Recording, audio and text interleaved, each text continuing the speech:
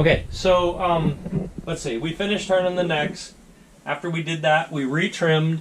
After we retrimmed, now we're steel wooling. We're steel wooling the necks inside and out. And then someone over here is going to be Q-tipping inside and out. So here's the thing with that. Take it like this. Turn it upside down. Reach up in there and rotate it and pull it down. And get that crap out of there. And you probably, I don't know if the camera will see it or not, but there's actually quite a bit of stuff that came out of there. And if you think of all the operations we've done, that's why. So I'm going to be steel wooling, and somebody over here is going to be Q-tipping. Getting all that stuff out of there.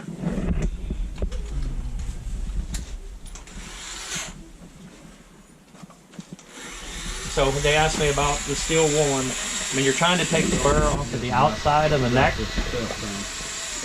And then we're trying to take the burr off the inside, and so you push it with your thumb. Push some of it down inside there. And get that burr off of the inside also.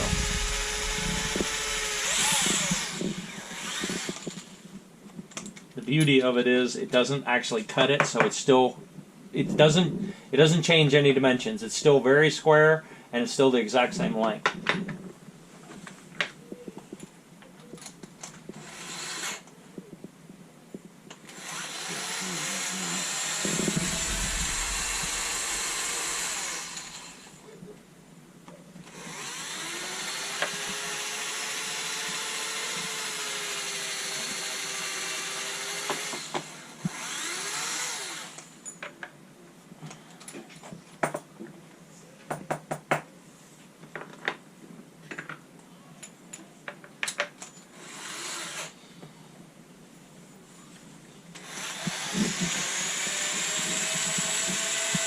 You use one Q-tip per piece of brass? I do.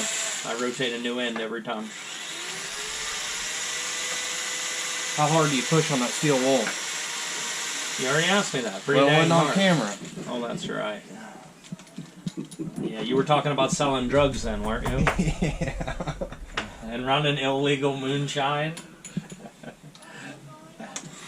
Nothing wrong with that. Moonshine, I guess.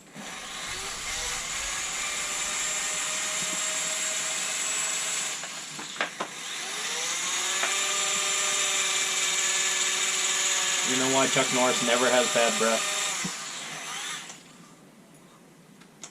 Because Chuck Norris never does anything bad.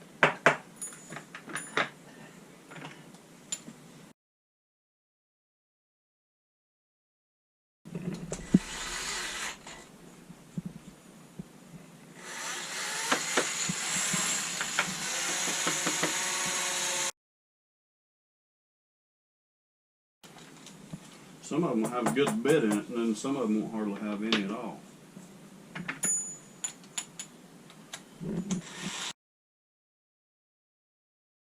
Does this just get it better, or is there any reason why you couldn't use like a can of compressed air to blow all this stuff out? Well, the thing is, I want to make sure it comes out, not goes in. I just don't want any of that stuff going up the barrel.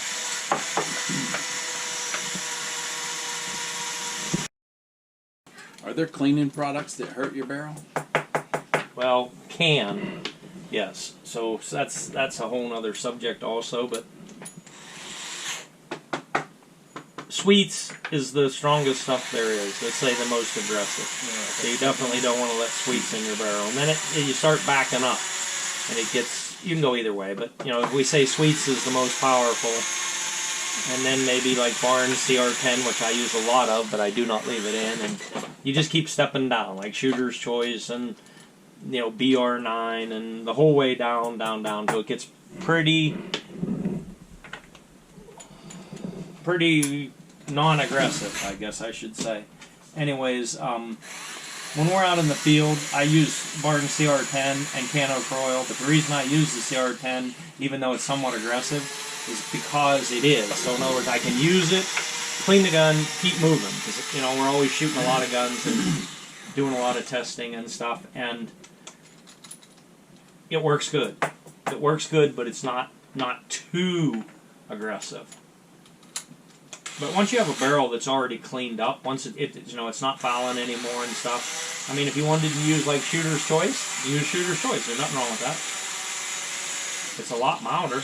But if you don't need to be removing copper, then you don't need it.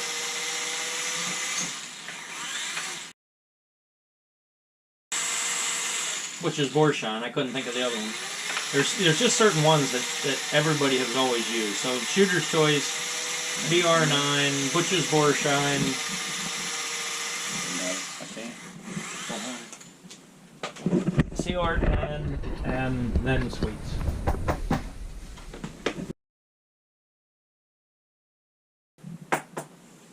I'll turn the case. Hold the Q-tips too, but it's been sure.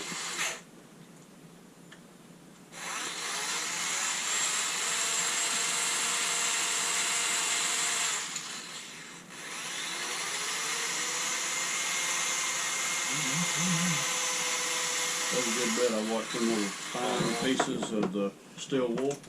I watched quite a few of them fall out.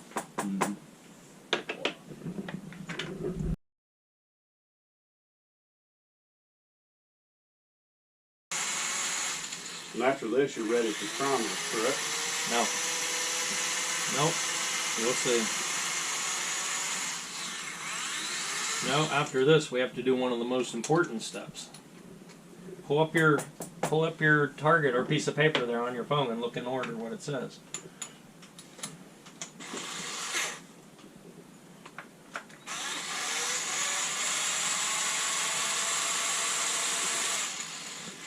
After this, we go to Dairy Queen and get ice cream. I didn't know that on my paper, but I like it. I don't know if that falls under the program, but. Dairy Queen's my favorite. What'd she say? What did she say? I don't know, but she heard Dairy Queen. She heard- Dairy Queen's my favorite. Remove firing pin. Yep. Move firing pin and Cycle run all through. brass.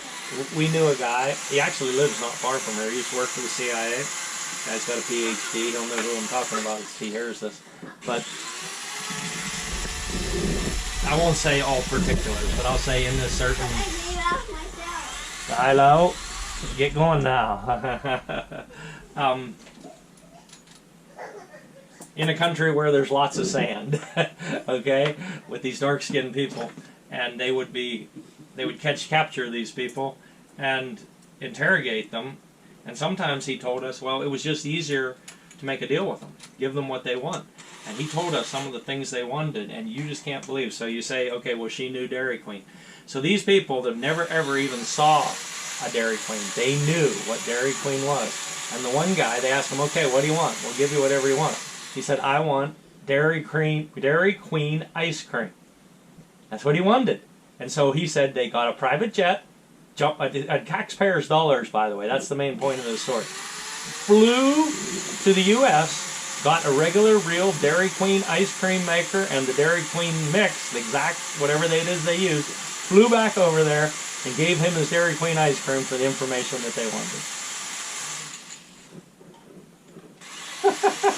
Another guy said he wanted to go swimming in the ocean. He'd never saw the ocean. And they said, okay. So they got him on the jet and took him to the ocean, went swimming, and said, okay, now tell us what we want to know. He gave us a lot of stories like that. He said mostly it was just, some people just wanted big bags of money. And he said if they wanted big bags of money, they just went and got them big bags of money and gave it to them. Just to get the information. The bad thing was, he said you weren't ever positively sure if the information was, factual or not. Yeah. How many rounds will a piece of steel wool typically do? What? How many rounds can you get out of a piece of steel wool? I don't know. I don't care. It's still wool. Once I start getting cut and stuff through it, I throw it away.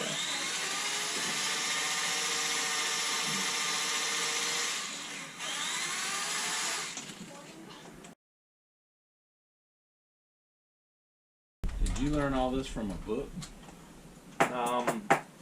No. Yes, no. Yes and no. I don't know. It seems like, I don't know. There's a point where it's such a volume of information, you forget even where, who, what, where, when. I mean, I started this stuff when I was a teenager, so it's just been a really, really long road. Vicky taught him all this. What's that? Said Vicky taught you all this. Chuck Norris taught me. Most of it, right?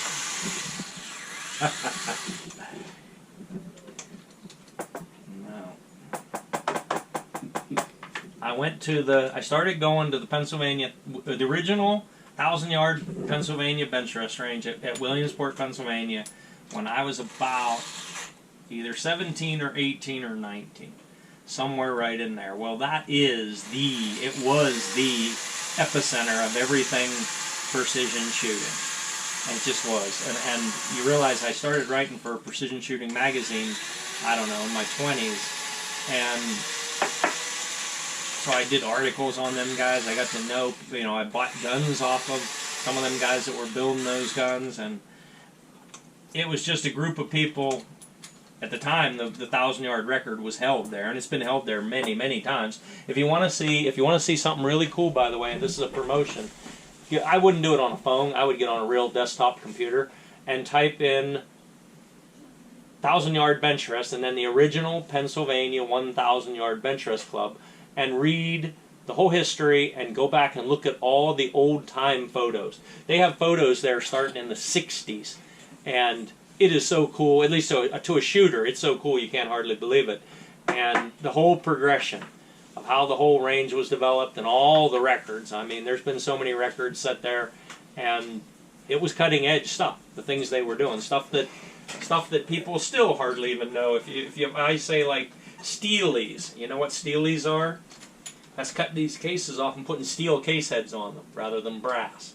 I mean, they were doing that stuff in the 60s and 70s. I got to go, and now, again, no young guys are even going to know what I'm talking about.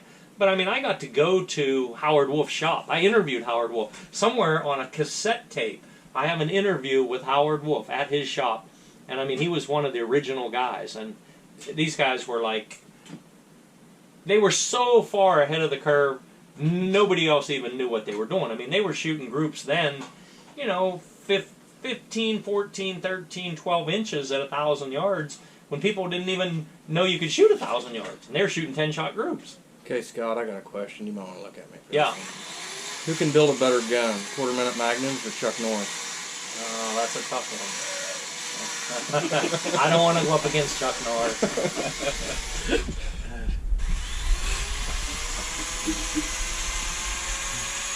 I can probably build a better gun, but then he'd take it off and then shoot me with it. You're probably going to edit that question out, aren't you?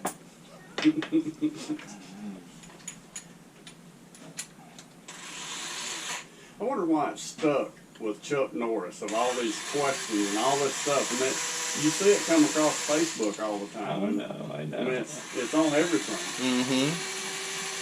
Why it's stuck with him, not someone else.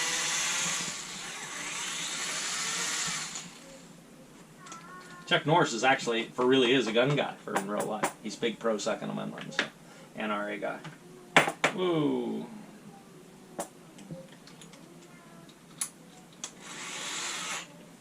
Anyways, you can learn. Did you look it up? Is that what you were doing there when you were sitting there? No. Oh, look it up. Pull it up on your phone right now. You're not doing nothing. Put a real original 1,000-yard bench rest club, Williamsport, PA, and it'll come up. And there's stuff there that you won't hardly believe.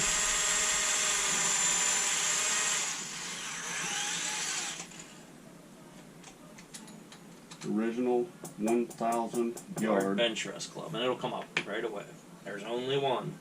That is where all of this stuff started. All of it. This was the genesis of all precision long-range shooting. Since 1967. 67? Yeah. Anyway, so you asked me how did I learn all this. So I started hanging around with those guys, and just being around them, you just start to learn stuff at a rapid pace. Is there something you want me to look at here? Oh no, there's tons of photos. You Okay. gotta see all the old-time photos.